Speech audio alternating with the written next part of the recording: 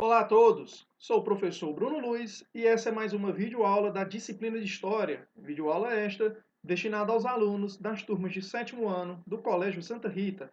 Nessa nossa videoaula de número 20, vamos dar continuidade ao capítulo 6, Estado Moderno, Absolutismo e Mercantilismo. Nas nossas primeiras videoaulas do capítulo 6, vimos aí o ponto Estado Moderno, o crescimento do poder dos reis, como em alguns reinos, né, como o reino da Inglaterra, o reino da França, né, tanto o surgimento desses reinos quanto os reis daqueles locais foram ganhando cada vez mais poder. Vimos na nossa última videoaula, de número 19, a política absolutista, quando esse poder real se tornou tão grande que se tornou absoluto, todo poderoso, né? E agora vamos dar continuidade à política absolutista e vamos ver aí os chamados teóricos do absolutismo, ou seja, grandes pensadores da época, intelectuais, estudiosos que defendiam a política absolutista, justificavam que era necessário esse poder absoluto dos reis, né? Entre eles estava o Thomas Hobbes e o Jacques Bossuet. Cada um ali defendia a partir do seu ponto de vista, a partir da sua ideologia, mas sempre, então, defendendo que há a necessidade, ou no caso, havia a necessidade desse poder real supremo, que o rei devia mandar e a população devia obedecer, e tudo que o rei dissesse era para o bem da população. Então, conforme os reis impunham sua autoridade, né, criando leis, declarando guerras, criando exércitos, né, criando moedas, tirando o poder da nobreza, trazendo poder para si próprio, né, surgiram pensadores que refletiram sobre política e especificamente sobre a política real e que apoiavam o absolutismo. É o caso aí, então, do Thomas Hobbes, nascido ali no ano de 1588, ele falece no ano de 1679. Temos aí a imagem ao lado, uma retratação do Thomas Hobbes. Ele ficou bastante conhecido, sua obra-prima, né, é o livro Leviatã. Nessa obra, né, resumidamente falando, Thomas Hobbes, ele justificava a necessidade da figura do rei, pois desde o princípio da humanidade, desde que o homem surgiu no mundo, né, digamos assim, desde os primórdios da humanidade, os homens viviam uma vida ao natural. Não só de viver na natureza, né, nas selvas, florestas, cavernas, né, como aquelas sociedades da pré-história que a gente conhece, mas no sentido ao natural, porque não tinham leis, não tinham regras, não tinham costumes, não tinha nada que, digamos ali, estabelecessem limites.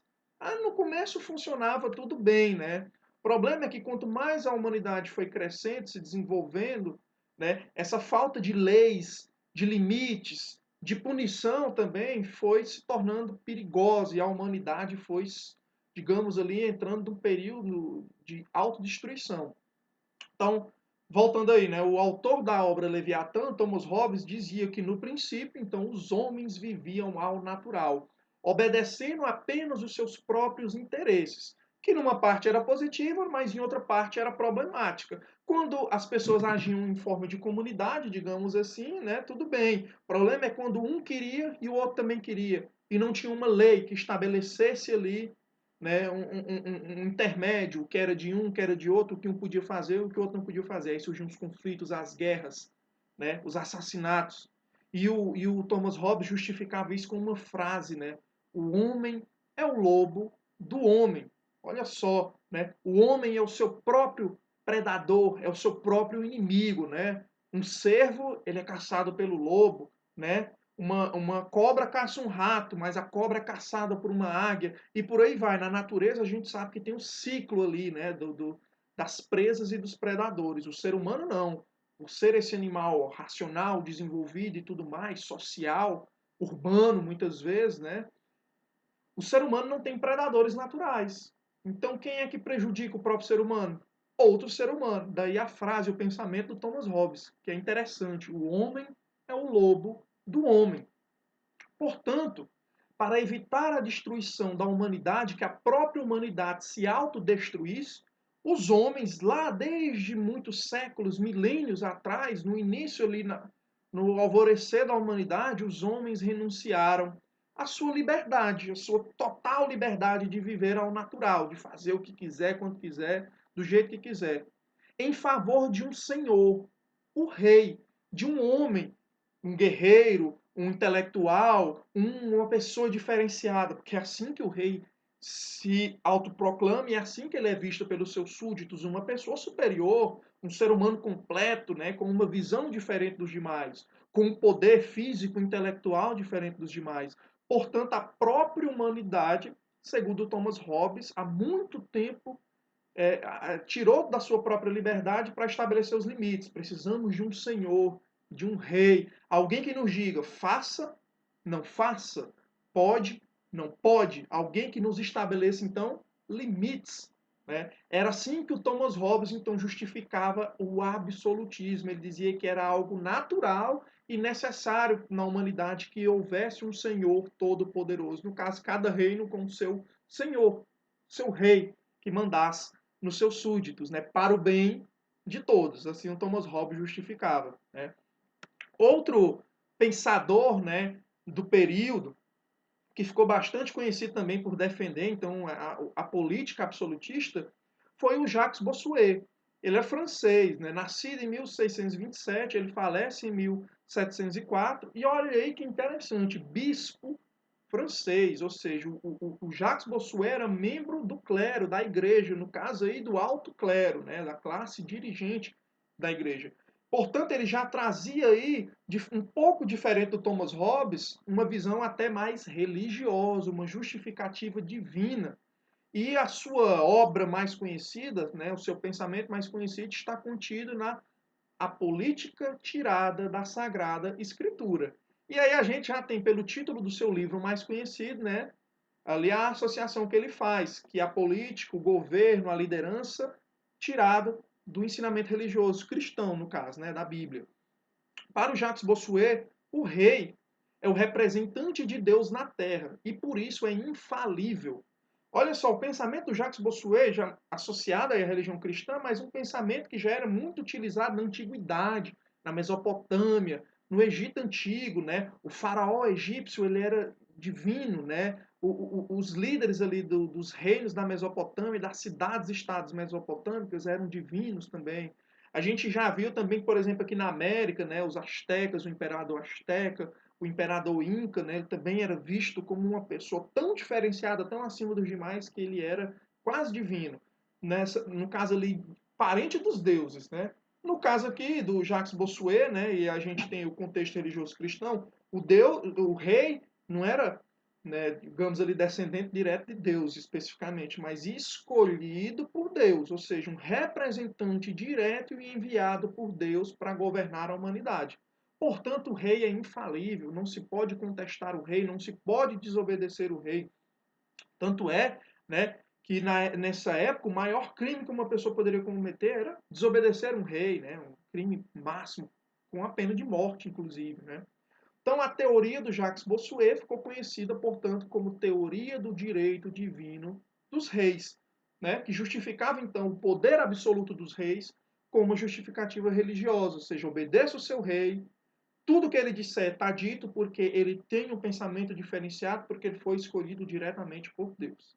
Certo? Então, temos aí dois pontos de vista, tanto o Thomas Hobbes quanto o Jacques Bossuet, cada um ali, o Thomas Hobbes com um ponto de vista, digamos ali, mais social, mais cultural, mais histórico, justificando o poder dos reis, já o Jacques Bossuet com um ponto de vista mais religioso. Né? Então, a política absolutista ela variou tanto no tempo quanto no espaço. Isso quer dizer o quê? Que cada reino tinha suas características próprias. Portugal, Espanha, França, Inglaterra, cada um desses reinos e cada um dos reis absolutistas tinha suas diferenças, né? E variou também ao longo dos séculos, né? Mas o rei que melhor encarnou o regime absolutista na Europa Ocidental foi o rei francês Luís XIV, que ficou conhecido como o Rei Sol. E é esse que a gente vai conhecer agora. Né? O reinado de Luís XIV, novamente, o Rei Sol. Pensem aí por que ele era conhecido como o Rei Sol. Né? Olha só, Olha o período do reinado do Luís XIV, 1643, né?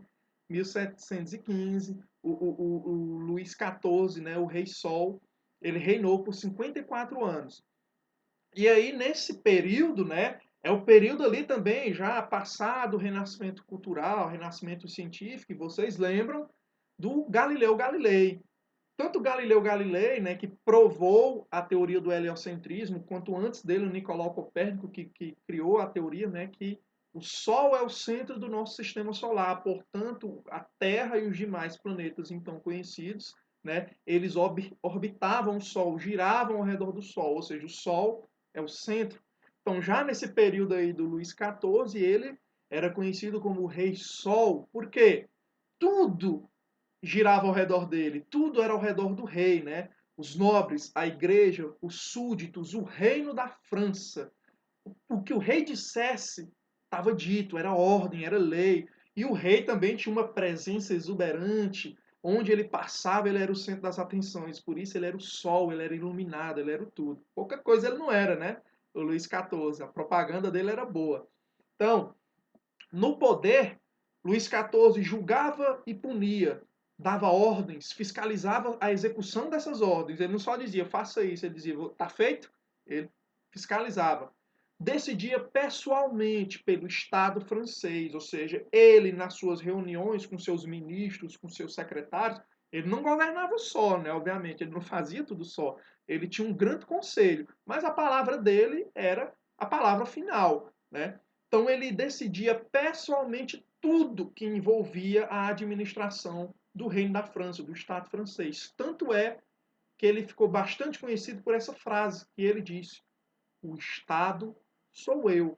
Ou seja, em minha pessoa, Luís XIV, o rei, está representado todo o reino da França. Então, eu sou o reino da França encarnado e vivo. O Estado sou eu. Eu sou todo poderoso. Eu sou absoluto. E aí a política absolutista, né?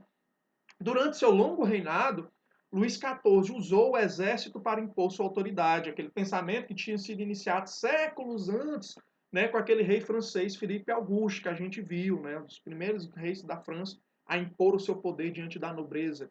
Né? Mas ele também procurou atender os interesses tanto da nobreza quanto da burguesia. Lembrando que, né, nas nossas primeiras aulas desse capítulo 6, que nós vimos como é que os reis foram ganhando cada vez mais poder, se aliando à burguesia, à nova classe social, mas também não deixando de agradar a nobreza, tirando o poder da nobreza, mas ainda assim agradando essa nobreza, porque sabia que precisava das terras e dos exércitos desses nobres.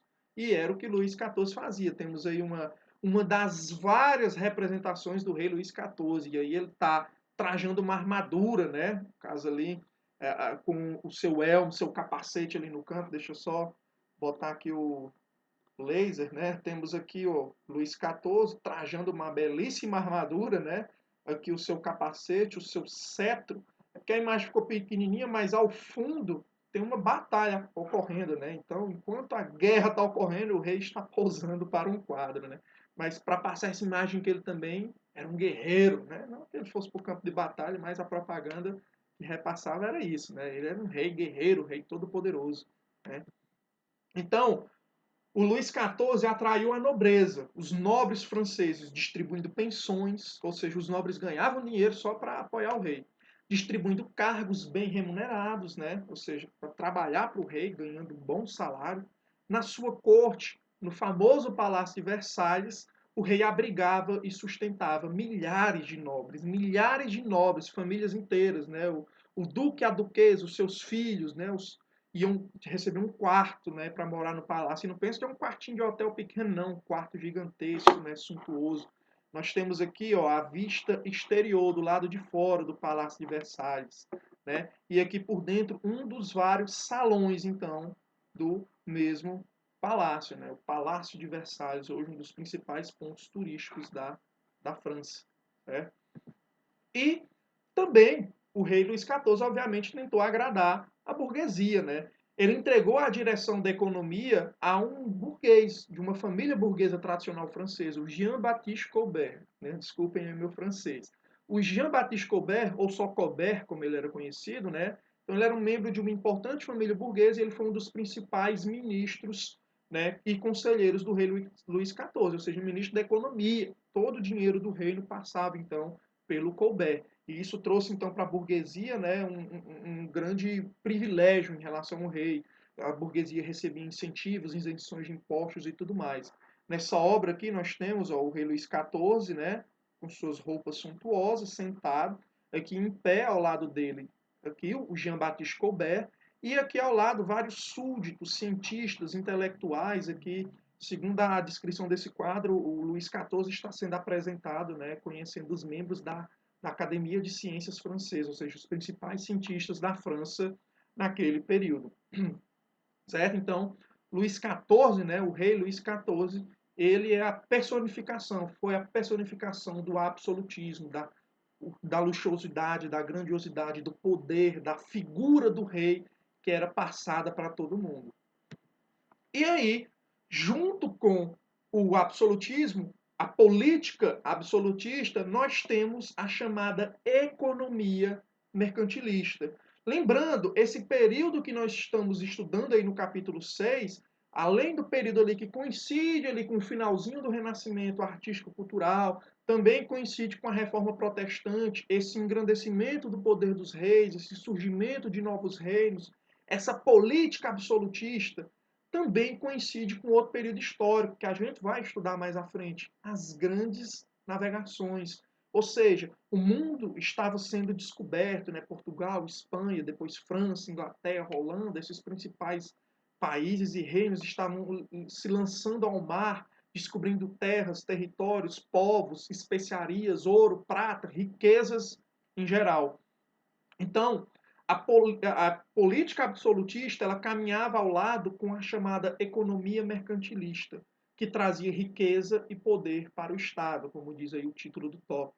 Né? Então, as monarquias absolutistas adotaram um conjunto de ideias e práticas econômicas entre os séculos XV e o século XVIII, que foram chamadas de mercantilismo. E mercantilismo vem de mercantil, de mercado, de transações comerciais, comprar e vender. Mas quem compra para depois vender, vende mais caro. Para quê? Para ter lucro, para ganhar dinheiro, obviamente. A base que funciona é a economia. E é assim que os reinos europeus, então, buscavam ganhar cada vez mais dinheiro, fortalecer cada vez mais suas economias. Se a economia do reino é fortalecida, o reino todo se fortalece. E o rei, então, representante máximo, também sai fortalecido. Por isso, a economia mercantilista e a política absolutista caminhavam sempre juntas. E aí, na nossa próxima videoaula, nós vamos ver melhor sobre essa economia mercantilista, suas principais características, certo? E principais informações. Então, pessoal, obrigado aí pela atenção de todos. Foquem nos estudos. Tenham bons estudos aí e até mais. Tchau.